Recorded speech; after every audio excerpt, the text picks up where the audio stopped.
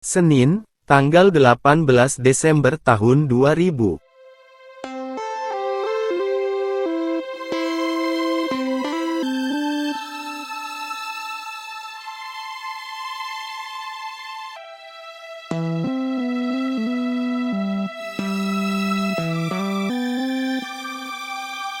Aku sudah hampir tidur ketika Bang Arjun datang berkunjung dan memanggil namaku dari luar bedeng.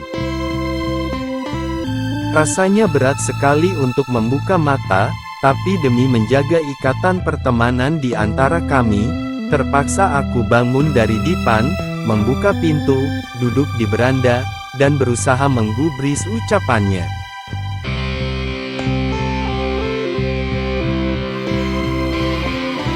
Usia Bang Arjun 6 tahun di atasku, sudah beristri, anaknya 2. Ia bertamu karena katanya sedang merasa suntuk. Awalnya seperti biasa ia meracau perihal masalah yang dialaminya, dari kebun karet yang disadapnya kurang menghasilkan getah, melambungnya harga-harga sembako, tagihan utang di dusun, sampai beratnya tanggungan menafkahi keluarga. Ia terus berkeluh kesah, lalu entah apa asal-muasalnya, tiba-tiba topik bicaranya beralih ke soal berburu rusa. Rupanya, ia tak hanya gemar berburu rusa, tetapi juga doyan menceritakan kisah perburuannya. Berbeda dengan saat ia berbicara masalah keluarga, justru ketika ia bercerita tentang rusa, animo terpancar dari tatapannya yang berkilat-kilat penuh semangat. Bagaimana aku?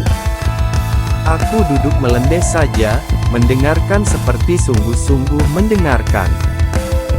Bang Arjun tidak tahu bahwa ketika ia berbusa-busa mencurai kata, aku malah memikirkan persoalan yang tak ada kaitannya dengan apa yang sedang ia bicarakan. Pikiranku menjerangkah kemana-mana entah. Apabila terlihat tanda-tanda ia hendak memberi jeda, terkencar aku membuang lamunan, lalu berupaya menyimak kata-kata terakhir cerita itu, agar nanti aku bisa mengajukan pertanyaan yang nyambung. Namun konsentrasiku selalu ambyar. Rocos ucapannya masuk telinga kanan, keluar lagi lewat telinga kiri.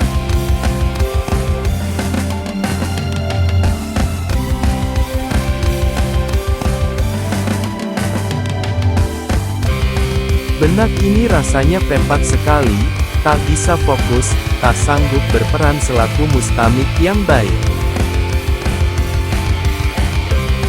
Akhirnya, aku hanya bisa menampilkan wajah inosens sembari berucap, "Oh, begitu."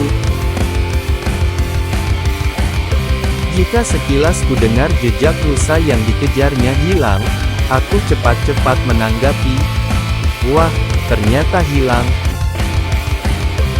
Barangkali, jika ku dengar rusa itu terbang, aku hanya akan manggut-manggut saja sembari nyeletuk, "Oh, terbang."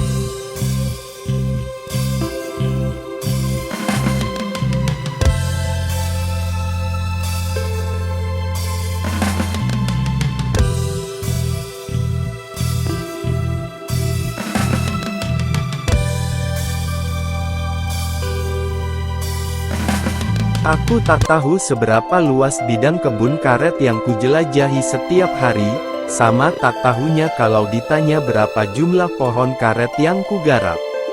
Pernah pada suatu waktu aku bertekad menghitungnya satu-satu di dalam hati selama bekerja, tetapi hitunganku selalu meloncat maju mundur tanpa kusadari. Aku tak bisa konsentrasi, pada akhirnya keder sendiri dan melupakan hitungan tadi. Selama bekerja aku lebih suka melamun, dan lamunanku seperti tanpa ujung, dan terus-menerus tiada putus sampai akhirnya aku merasa jenuh sendiri. Saking hanyutnya melamun, terkadang aku menampilkan wajah cemberut, kesal, atau tersenyum-senyum sendiri mirip orang bego. Terkadang pula aku lupa bahwa sebenarnya ragaku sedang tersaruk-saruk menyeret langkah di bawah kerimbunan hutan.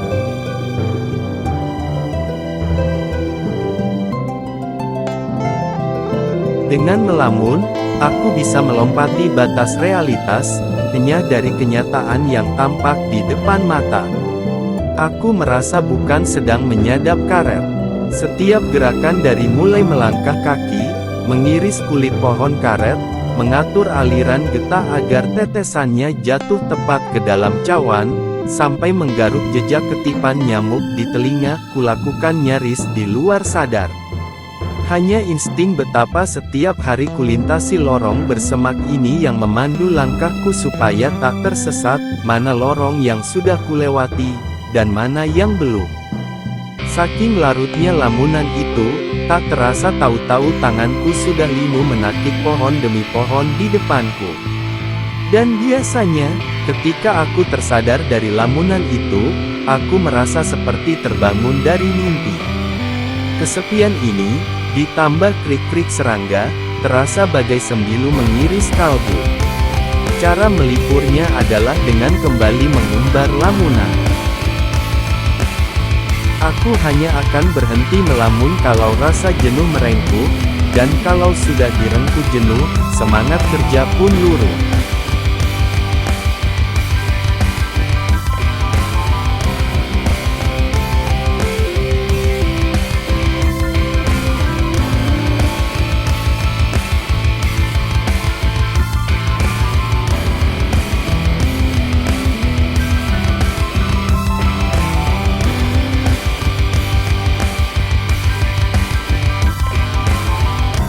Aku kecanduan berimajinasi. Dengan berimajinasi, aku bisa melihat hal-hal yang belum pernah kutemui, bisa melanglang ke tempat-tempat yang belum pernah kukunjungi, bisa menghentikan waktu sesuka hati, bisa menyusuri jejak silam yang telah kulewati, bisa menyusun cerita indah yang tak pernah terjadi, dan bahkan cerita yang paling muhal terjadi di dunia ini. Dengan imajinasi, aku bebas menciptakan tokoh-tokoh lucu dan unik dan aneh dan ganteng dan cantik dan jelek dan kejam dan beringas, dan aku berkuasa menghidupkan, menindas, serta membunuh mereka tanpa dosa. Dengan berimajinasi, aku bisa membebaskan diri dari kepenatan realitas hidup yang mengungkung ini.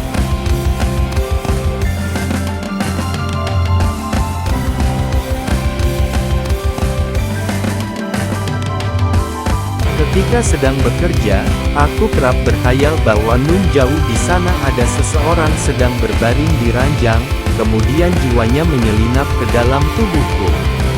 Orang itu melihat pemandangan menjemukan di depanku melalui mataku, orang itu menyimak kesunyian melalui telingaku, orang itu mencium aroma kayu lapuk melalui hidungku, orang itu pun merasakan lelahnya menyusuri lorong-lorong sempit kebun ini melalui ragaku.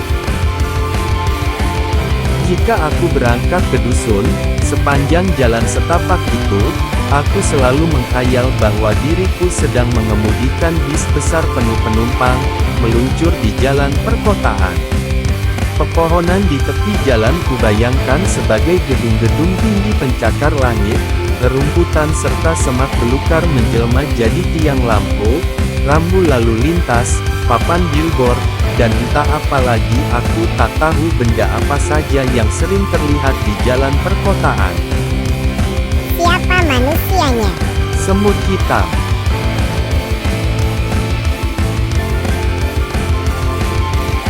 Jika aku sedang memandang langit, aku tidak berkhayal bisa terbang seperti burung, melainkan berkhayal bahwa bumi, yang telah kuimajinasikan sebagai hamparan karpet datar, kelepasan gravitasi, jadi semua orang jatuh meluncur ke jurang langit antah barantah, dan hanya aku bersama para monyet, yang bernasib mujur bisa bergelayutan di dahan pohon karet yang ada di kebunku.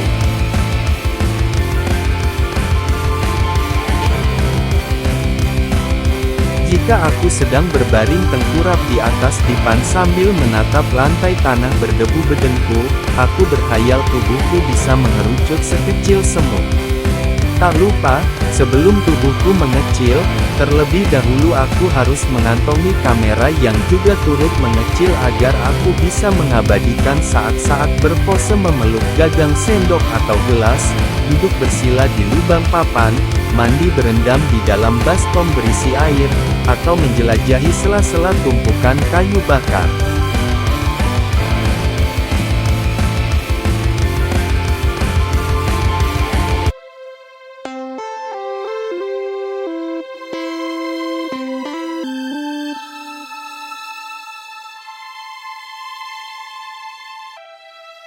Semua khayalan itu menghibur kepiluanku, tapi aku takut gila karenanya.